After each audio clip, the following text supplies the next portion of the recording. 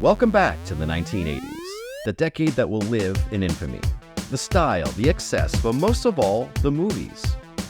So get your hairspray ready and let's dive right into part 2 of the top 5 forgotten 80s sci-fi movies. I don't know, I'll let you be the judge. Krull, 1983. The box office flop Krull was pretty much universally panned at the time of its release. Variety lambasted the movie, comparing it to a blatantly derivative hodgepodge of Excalibur meets Star Wars. Harsh words and sentiments aside, Krull has endured as a much-loved cult classic. The film was made during a transitional period in the early 1980s when fantasy adventure films proliferated and gave us gems like The Princess Bride, Conan the Barbarian, Willow, and so forth. Krull straddles both genres of sci-fi and fantasy and performs this feat admirably. The tale begins with a prophecy. A girl of ancient name that shall become queen, who shall choose a king, and together they shall rule the world, and that their son shall rule the galaxy.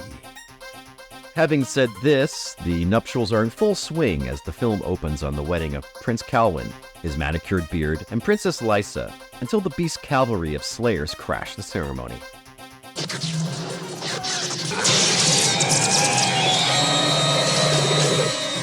Mayhem ensues and Lysa is sacked and taken to the Beast's mountain spaceship named the Black Fortress. In the aftermath of the attack, Calwyn receives some homeopathic treatment from the Old One. Who are you? I am Ynir. Ynir, who imparts hope to the bereft prince that the Beast can be defeated with a mystical bladed throwing star known as the Glaive, hidden atop a mountain and submerged in a puddle of magma. Glaive in hand, Calwyn and Ynir are first accosted by a band of 9 rogues and criminals who agree to fight the Beast in exchange for clearing their criminal records once Calwyn frees his bride and becomes king. And tally-ho! The merry band embark on an epic journey wrought with peril as they battle slayers and creepy bogs.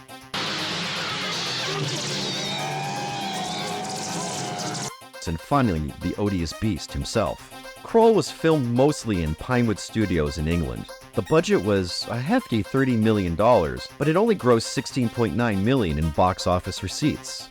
Despite the disappointing returns, Krull is packed with great effects, a swashbuckling cast, and a really fun plot. Unfortunately, Ken Marshall, who played Prince Calwyn, didn't exactly have a skyrocketing career after the film's release. Many thought that he was too virtuous in the role, like Luke Skywalker. Others felt, in retrospect, that Liam Neeson as Keegan would have made a more exciting lead, a la Han Solo. Lysette Anthony, who portrayed Princess Lysa, was severely cheated. The studio thought that her British accent would have been off-putting for American audiences, so her voice was dubbed by Lindsay Krause. But all this aside, Krull is well worth a first or second look. Enemy Mine, 1985. An interstellar war rages between humans and an alien race, which is nothing new. But what is new is the bond formed between Willis E. Davidge, Dennis Quaid, and Jariba, a Drac pilot played by Louis Gossett Jr.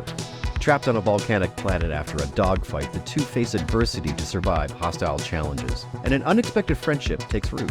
Mouse is one big stupid dump. Hostility transcends to mutual understanding and respect as they discover they aren't all that different. Their playful jibes and humor helps to pave this path. Is my head that? Is you head? You ugly head!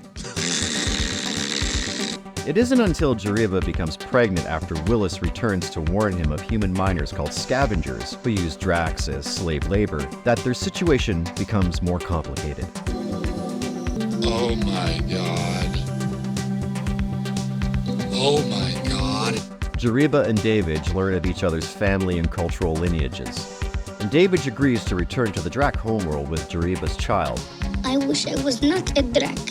I wish I had your face. Now as Dracs go, you are a great-looking kid. Recite the son's, Zamus's lineage, so that he can rejoin Drac society.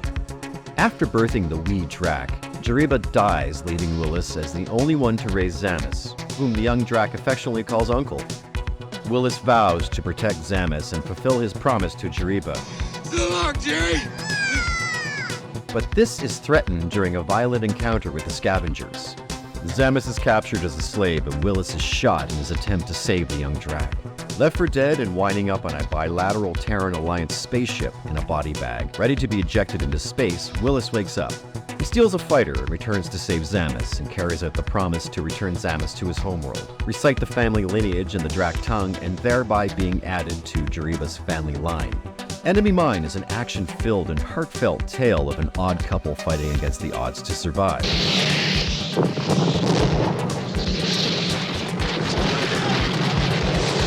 Enemy Mine didn't gross nearly its $40 million budget, but nonetheless it received decent props from sci-fi fans. Its Rotten Tomato audience score ranks it at 68%. By and large, the practical effects of the film are impressive, with broad and detailed matte paintings. Although some of the props have a distinctively knobby 80s look, Louis Gossett Jr., who played Jariba, gives a noteworthy performance. Enemy Mine still remains a fun and endearing film that might reaffirm your faith in humanity. Before we continue with our list, I would like to thank you for watching this video. It means a lot to me. Please consider subscribing to my channel. A quick click goes a long way to achieving a greater reach for my videos. And with no further blabbing, let's get back to the list. Outland, 1981. Compared to the Western classic High Noon, Outland is a hard sci-fi film set in a titanium ore mining facility on one of Jupiter's moons, Io. Starring Sean Connery as Federal Marshal William O'Neill, he begins a one-year rotation as the local lawman. I'd just like to add my welcome to Marshal O'Neill. I'm sure we all agree you'll have a pleasant tour. Not long after, his wife decides that she can't tolerate the hardship of life on Io, and for their son's sake, they return to Earth. What's it like on Earth? Oh, it's beautiful. You're going to see many wonderful things. Alone, O'Neill investigates a rash of troubling accidents that have beset some of the miners that appear like really irrational suicides. Psychological breaks are the cause, and O'Neill digs to discover the criminal underbelly at the facility. Dr. Lazarus discovers traces of a powerful amphetamine in the victim's bloodstream. Polydichloric euthymol stimulates the users to work like horses for long stretches of time. Kind of like Xenozip in the Alien universe, exponentially boosts the workers' productivity with fatal results. Con-Am 27's corrupt general manager Mark Shepard, played by Peter Boyle, is the kingpin of the drug trade. O'Neill's suspicion compels him to confront Shepard, and Shepard issues him a dire warning. Marshal, you're dead. Shepard conscripts hitmen to voyage to Con-Am 27 for the purpose of liquidating O'Neill. Outland is a hard sci-fi classic, but perhaps the most intriguing question about the film is, does Outland exist in the Ridley Scott Alien universe? I've had this hunch for years, but it wasn't until I saw a video on the YouTube channel Alien Theory was I even more convinced. Alien Theory's supposition is entirely possible, and the link to this video is in the description below. The environmental similarities shared between the Con-Am 27 facility and the commercial space tug Nostromo are similar, and it may not be a stretch that Alien and Outland live in the same universe, perhaps at the same time. Danger. The emergency destruct system is now activated. Please check out Alien Theory's hypothesis for a more detailed examination.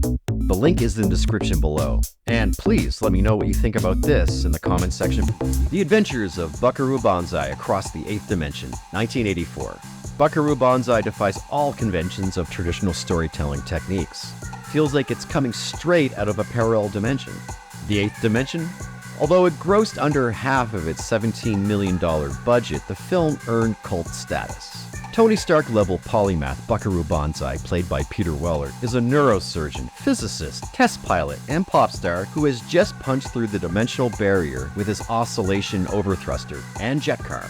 Dr. Emilio Lozado, played by the amazing John Lithgow, while in the custody of the Trenton Home for the Criminally Insane, sees a news report with Banzai and his inner circle and bandmates, the Hong Kong Cavaliers, as they discuss their breakthrough.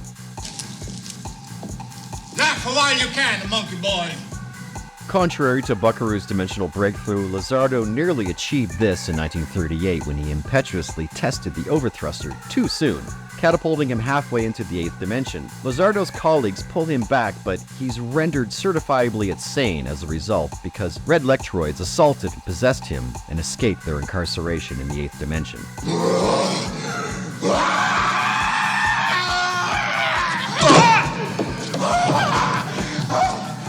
Lizardo escapes from the asylum, meets up with the red lectroids from Planet 10, conspire to steal Banzai's oscillation overthruster, and free the rest of the red lectroids from the 8th dimension. Without outlining the movie's entire convoluted plot, I'll just stop there. Don't be mean. And continue singing its praises. Buckaroo Banzai is as unique as its cool, nerdy delivery. Team Banzai carry on not only as if they're too cool for school, but rather they are the administration. Dave Kerr from the Chicago Rider aptly describes his treatment. Richter, the director, seems to have invented an elaborate mythology for his hero, but he never bothers to explicate it. The film gives you the mildly annoying sensation of being left out of a not very good private joke. I think that Dave is referring to the cast's familiarity, and it's hilarious. Jeff Goldblum really captures this with his off-kiltered reactions. If we blow this today, there ain't no tomorrow.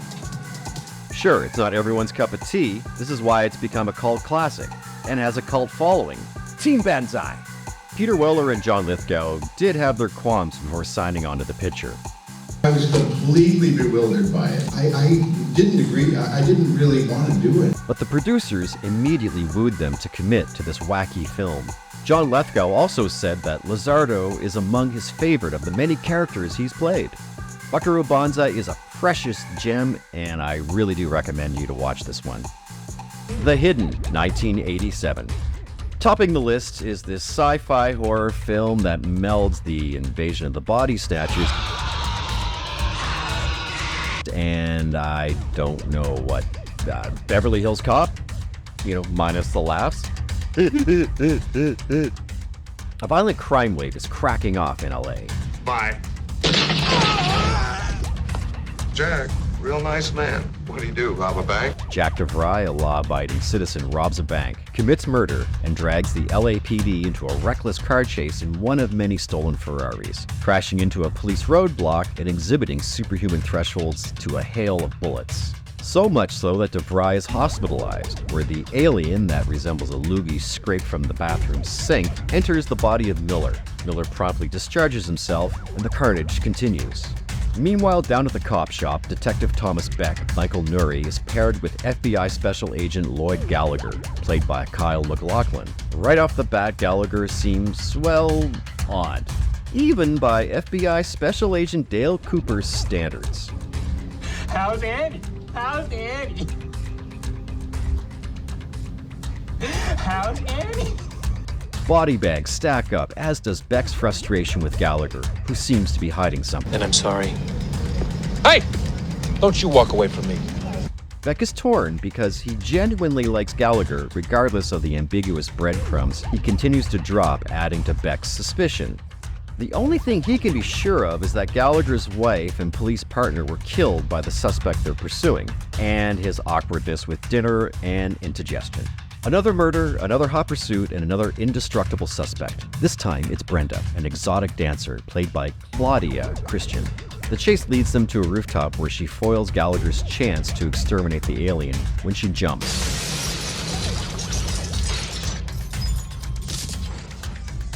In the time it takes for Gallagher to examine the body, the parasitic alien is already transferred to Lieutenant John Masterson's dog. And just use your imagination on what happens next.